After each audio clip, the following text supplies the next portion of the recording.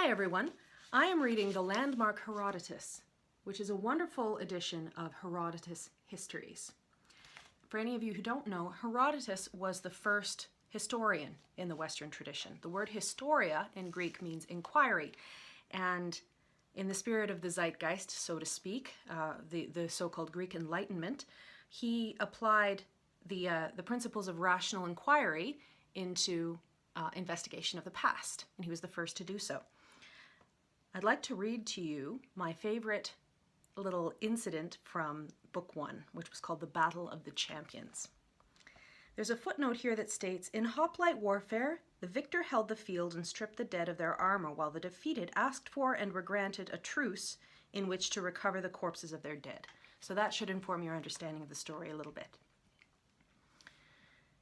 Thyrea had been the property of the Argolid, but the Spartans had seized it for themselves.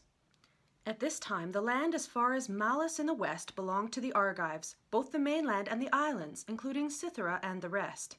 The Argives came to defend their land as it was being seized, but before any battle took place there, they met with the Spartans and made an agreement that 300 men from each side would fight it out, and the side that prevailed would hold the land.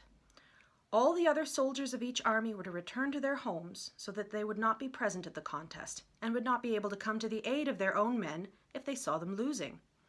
After agreeing to these terms, they departed, and the picked men remaining from each side joined battle. As the fighting went on, the two sides were so equally matched that, finally, as night fell, only 3 of the original 600 men were left: Alcanor and Chromius from the Argives, and Othryades from the Spartans. The 2 Argives ran back to Argos in the belief that they had won, but the Spartan Othryades stripped the Argive corpses and carried their armor to his own camp, where he kept to his assigned post. On the next day, both sides arrived to learn the outcome. For a time, both claimed to have won. The Argives said that more of their men had survived, and the Spartans pointed out that these men had fled, while their own men had remained and stripped the corpses of the Argive dead. Finally, the dispute between them developed into a brawl, and before long a full-fledged battle was underway. Although many fell on both sides in this fighting, the Spartans were ultimately victorious. From that time on, the Argives have always cut their hair short. Before this, their fixed custom had been to wear their hair long, but now they made a regulation and even pronounced a curse that no Argive man could grow his hair long, and no Argive woman could wear gold, until Argos had won back Thyrea. The Spartans established a contrary regulation. They had not previously worn their hair long, but from that time on, they did so. And they say that the one man left of the 300, Othryades, was ashamed to return to Sparta because his comrades had died. He killed himself there in Thyrea.